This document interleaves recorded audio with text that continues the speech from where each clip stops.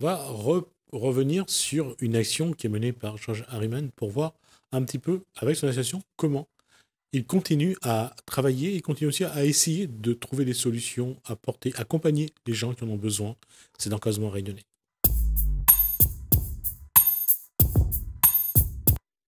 Bonsoir George Harriman. Bonjour. Alors, ta association s'appelle Maillon Éco, actuellement. Ce qui veut dire Un maillage entre l'économie et social. D'accord.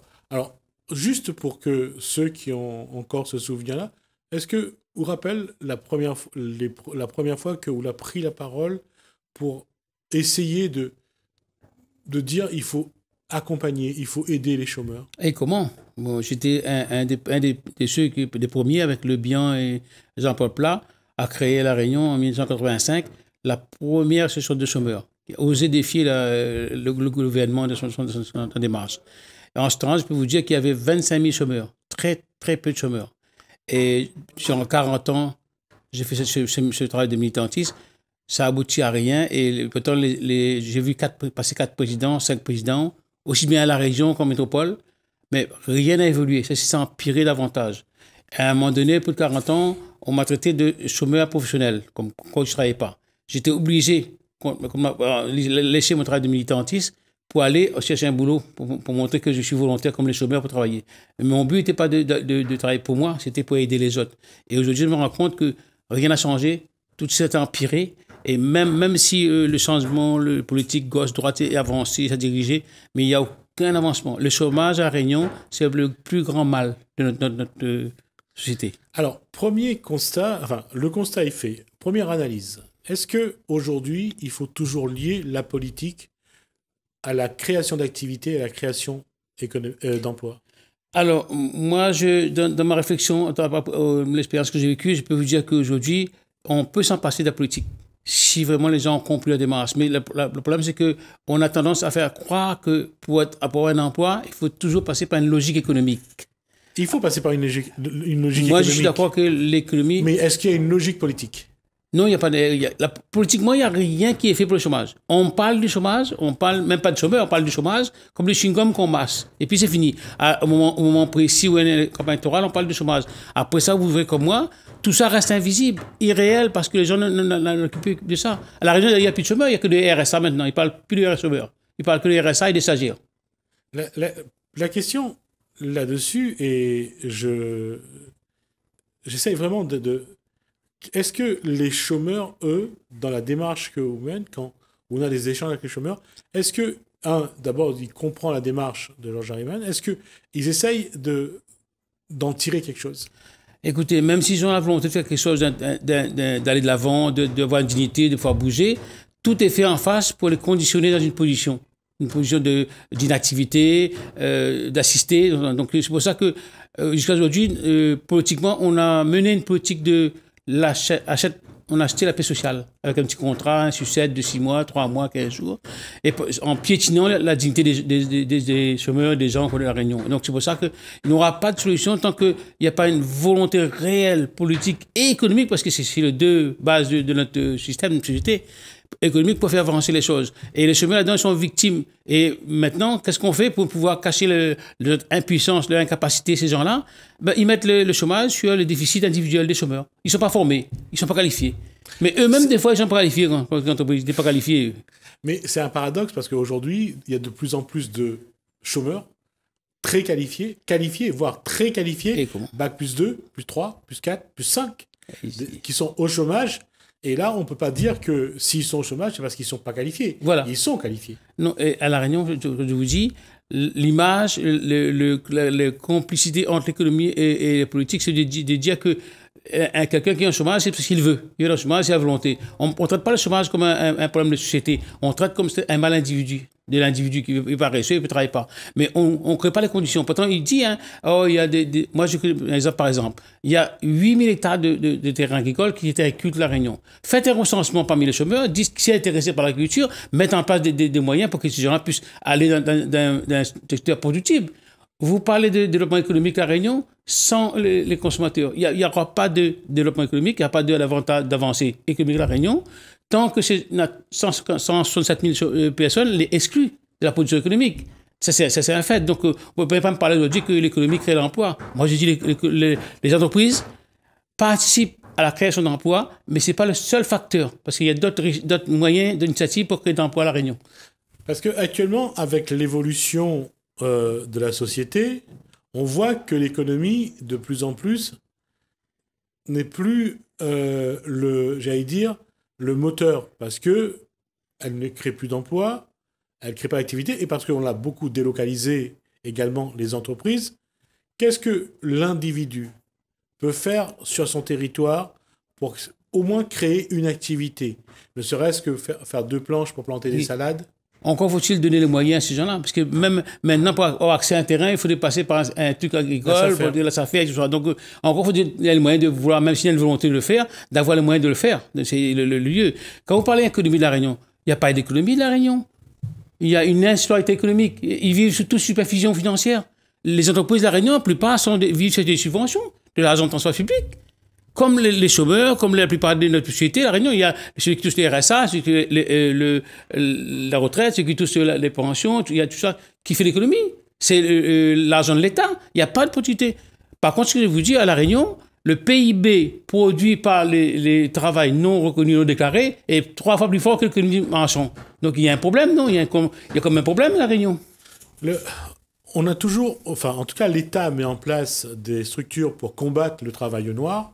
Mais de l'autre côté, quand on regarde, surtout au niveau du territoire de métropole, on fait rentrer beaucoup de gens qui sont sans papier, qui n'ont pas d'autres moyens que d'accepter ce que veut bien lui donner le pays qu'il reçoit. Oui, c'est ça le danger. À force de vouloir assister à la paix sociale, de ne pouvoir prendre compte de l'événement de la société, même ceux qui arrivent. Moi, tant que quelqu'un vient à La Réunion, il s'adapte à la population réunionnaise, il pense comme nous, il pense comme nous, c'est bon. Mais quand quelqu'un arrive d'ailleurs, il arrive de La Réunion, il pense que c'est comme un pays conquis, il donne des ordres, il donne des leçons, il dit toutes les choses à La Réunion. Là, je suis pas d'accord. Maintenant, si les Français, d'où qu'ils viennent, à La Réunion, s'ils s'adaptent, ils doivent accepter La Réunion. Mais en plus, encore, faites attention que en faisant ça, il accepte tout n'importe quel boulot, parce que c'est comme ça qu'il fait La Réunion. Quand on n'a pas de moyens de payer réellement un Réunionnais, on importe des gens à côté, puis on paye avec des chipettes, des petites monnaies en dessous, un petit bon nourriture. Donc moi je dis que ça aussi c'est un mal que nos propres responsables élus l'ont créé, l'ont voulu ça. Oui, parce que ça permet d'entretenir le chômage. Voilà. Le chômage a deux objectifs. L'entretien du chômage, ça permet de légitimer les politiques qui combattent le chômage, c'est-à-dire, oui, d'une part, et de l'autre, l'aspect économique, ça permet aussi de faire pression sur ceux qui travaillent, de leur dire, regardez ce qu'il y a dehors, si vous ne voulez pas les rejoindre, c'est... Voilà, c'est un chantage, quoi. Le moins petit commerçant aujourd'hui, dès qu'il a un problème, il se prend pour celui qui le paie nourricier de La Réunion. Il est artisan, le commerçant, il dit c'est moi qui paye les impôts, c'est moi qui nourris. C'est pas réellement ce qu'il dit, quoi. Il parle n'importe comment.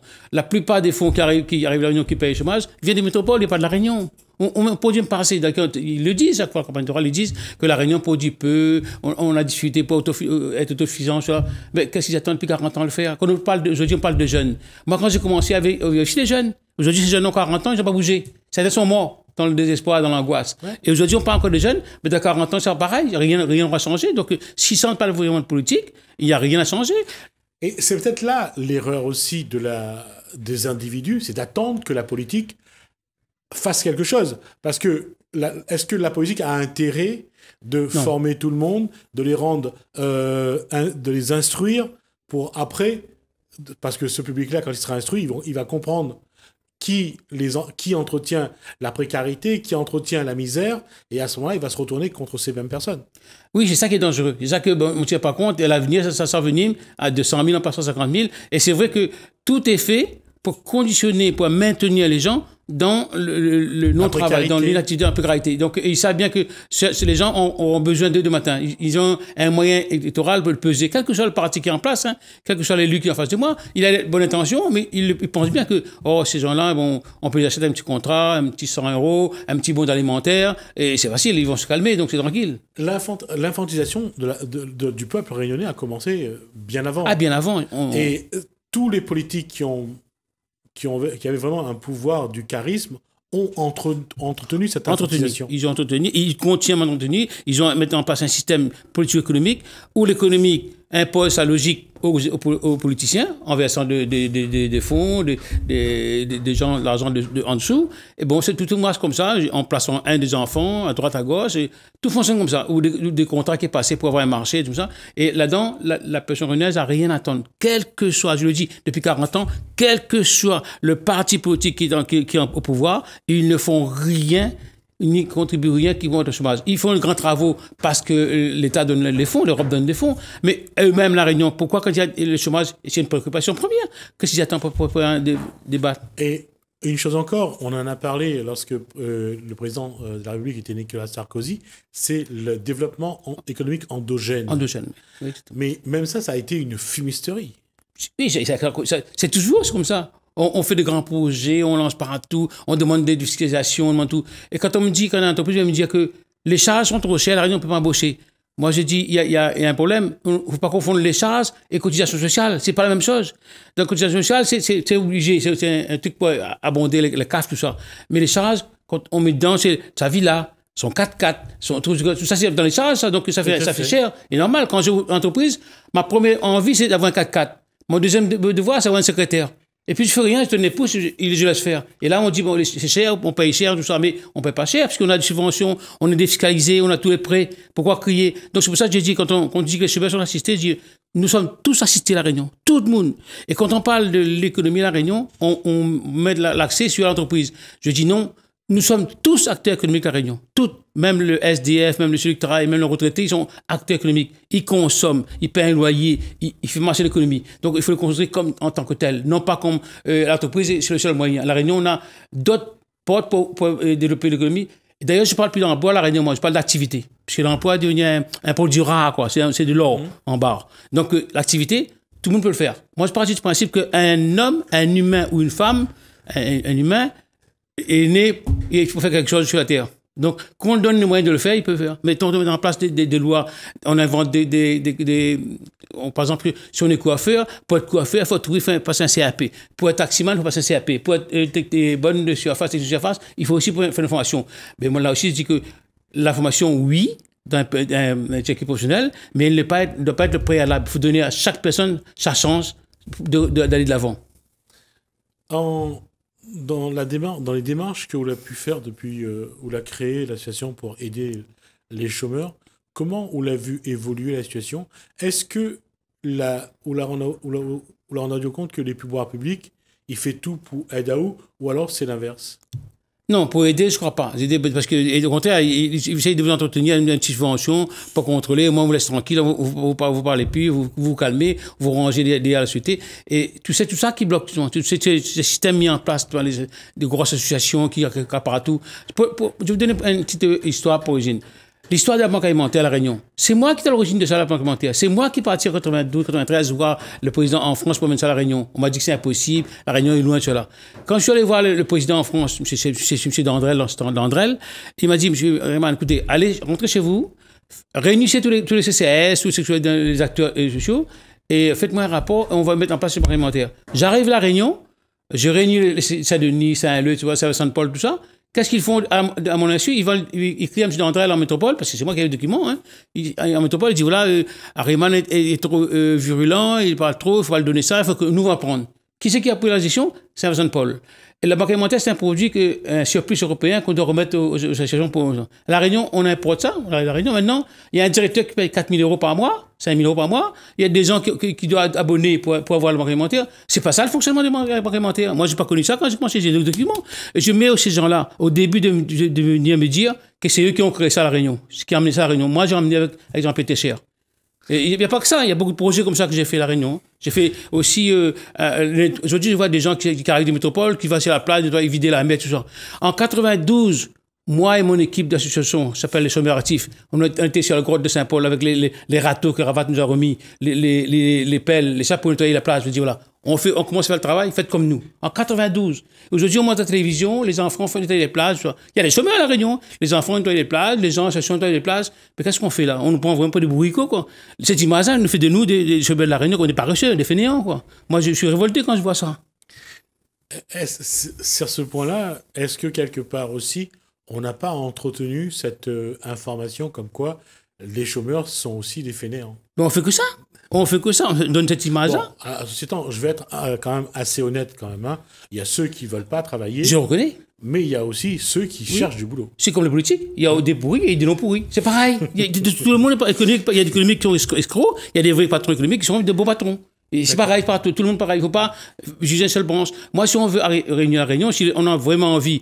Les élus sont le premier mendiant qu'il y a à la Réunion. C'est eux qui vont plaindre toute l'année, pendant leur mandat, des subventions en métropole. Donne-nous Jeune France, donne-nous Paris, je ne parle pas. Ils gagnent. C'est comme si que moi, je suis malade. Moi, je suis malade, j'ai la fièvre ou quoi, je suis sur mon lit. On consulte mon infirmier. On consulte elle. On dit, bon, écoutez, on vous donne un médicament, prenez-les à la part du chômeur. C'est comme ça qu'on fait. On donne l'argent aux gros pour aider les petits. Ça passe pas comme ça.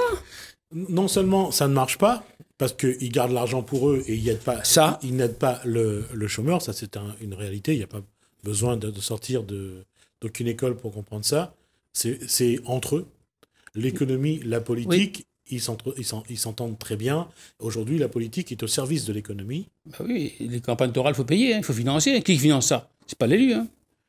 Alors, sans la politique, sans l'économie, comment faire pour créer un environnement à part et pour pouvoir aider ceux qui en ont besoin? Il faut les Réunionnais qui sont dans les besoins, qui ont besoin de montrer, il faut qu'ils se réveillent, ils se mettent en réseau, ils construisent leur truc, en faisant fi de ce qui passe en passe, en oubliant l'élu et ferment un réseau. Et vous allez voir demain matin, moi j'ai fait comme ça quand j'ai commencé, moi j'ai créé tout. Moi j'ai dit, vous n'avez pas le droit au terrain, j'ai pris un terrain avec les chômeurs, on a occupé. Vous n'avez pas le droit de faire ceci, je l'ai fait. Vous n'avez pas le droit de faire cela, j'ai fait. Ben, ou je crève, ou je reste en vie. On m'a dit, j'ai pris l'initiative de créer une maison pour les SDF. C'était le premier en 92 à La Réunion. On m'a dit, attention, M. Rayman, s'il y a un bagarre, vous allez en prison. S'il y a un politique, vous allez en prison. On dit, monsieur, je suis en train de prévoir mon devenir par votre politique. Parce que si je ne me fais rien, je serai aussi moi SDF. Donc, j'ai créé ce centre d'hébergement pour aider à Saint-Joseph, pour aider les gens. Et ce centre d'hébergement, aujourd'hui, que je l'ai créé, maintenant, après, il y a eu un gros organisme qui arrive à La Réunion, il s'appelle l'Abbé Pierre, qui a tout géré. Bon, vas-y, qui gère. Mais ça n'empêche pas que le SDF a multiplié les noms, a multiplié la Réunion. Moi, dans mon centre d'hébergement que j'avais créé, tous ceux qui étaient passés par là ont été hébergés, ont été relogés, ont été repris en famille. J'ai créé vraiment un bilan important ce que j'ai fait. En ce temps-là, c'est 700 000 € qu'on payait un organisme, une association pour pouvoir aider les SDF, les libérer, en libérer. Et j'ai réussi à faire cette somme énorme qui ne servait à rien. Donc, tout maintenant est fait dans les bureaux. On fait des inter-réunions, on se réunit entre eux, interinstitutionnels. Les gens comme nous, on n'a pas le droit à la parole, nous. Même la presse s'est mis aussi là-dedans. Ils sont corrompus aussi. La presse est corrompue. À tête de pied, ils sont corrompus. Jamais ils donnent la parole à des gens comme nous. Ils préfèrent donner ça à un monsieur important qui paye les publicités à la publicité. La région paye la publicité des pages entières, coûte 5 000 €. Conseil départemental, pareil. Et je me demande, comment se fait-il que le TFOF autorise un organisme institutionnel comme les collectivités locales de La Réunion à payer la publicité pour les gens encore? Est-ce qu'un organisme avec l'argent public a le droit de faire la publicité? Dans ce cas-là, pourquoi pas nous aider, nous? Alors, on va juste dire que la presse a besoin de vivre aussi et elle a besoin de faire de la publicité, que la publicité soit privée ou publique. Malheureusement, dans le contexte actuel, la presse a besoin de moyens pour tenir. Mais quand la presse est impartiale, moi, je ne donnerai pas. Quand la presse est une presse libre, il parle de tout, il parle de la base, il parle de tout, d'accord. Mais quand la presse parle tous les jours d'un sujet qui concerne les entreprises ou l'élus, je ne suis pas d'accord. L'argent de l'État doit servir à l'État, non pas uniquement à une branche ou bien à coordonner. Alors, on arrive, il y a eu ce contexte sanitaire, on a un peu oublié tous nos petits problèmes, entre guillemets. Là, on va sortir du Covid. Jean-Jean Rayman a déjà une idée de ce qu'il faudra faire pour essayer de, non pas de pleurer sur le cas des chômeurs, de taper sur la politique ou sur l'économie, mais comment travailler aujourd'hui de manière constructive avec le public le plus précaire, le plus fragile, et que faire et comment faire pour qu'il y ait une vraie prise de conscience, pour qu'on se dise que ce public-là est capable. En premier lieu, il faut que l'élu se mette au même rang que le citoyen. Il parle au nom du citoyen, mais avec les citoyens, pas sans les citoyens. Donc, moi, je suis inquiet parce que le Covid a montré vraiment les failles de notre société. On est en train de mettre en place, sans le faire exprès, on met en place une institution de pauvreté. on est en train de tenir les gens avec un collier alimentaire, avec un panier d'urgence pour bien les tenir en main. Donc, je dis que ça m'inquiète. Ça m'inquiète parce que si on fait la politique pour commencer la Réunion, c'est de grands projets, on parle de grands projets, mais des millions coulent à la rivière, coulent dans la mer, des millions, et l'argent que la France confie aux élus de la Réunion pour aider la population à vivre, on ne voit pas les traces. Tout cet argent-là repart. Je vais vous donner un petit aperçu. Il n'y a pas longtemps, j'ai dit qu'une entreprise à La Réunion, il a eu 700 000 euros par an pour justement que son entreprise progresse ou bien augmente. Mais qu'est-ce qu'il a fait, lui? Les 700 000 euros, il a investi à Maurice. Il a essayé de tirer à Maurice, il n'a pas fait La Réunion. Donc, il faut l'État, on ne prend pas des cons quand même, il faut contrôler quand même. Chaque année, ça se répète comme ça. Comment préparer au sortir de cette crise sanitaire?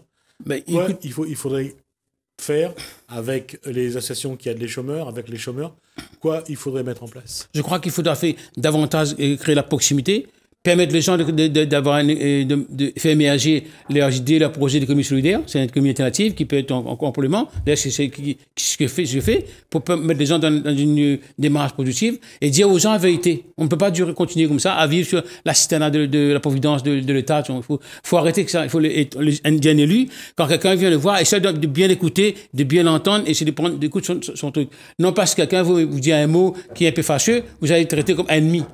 Il ne faut pas voir les gens comme des ennemis. Vous êtes adversaires, d'accord. Adversaires, on n'a pas la même idée, on peut changer. Mais les élus, quand vous n'êtes pas d'accord avec la partie ou une idée qui vient d'eux, ben, ils ne sont pas d'accord avec vous. Ils vous éliminent de leur commune.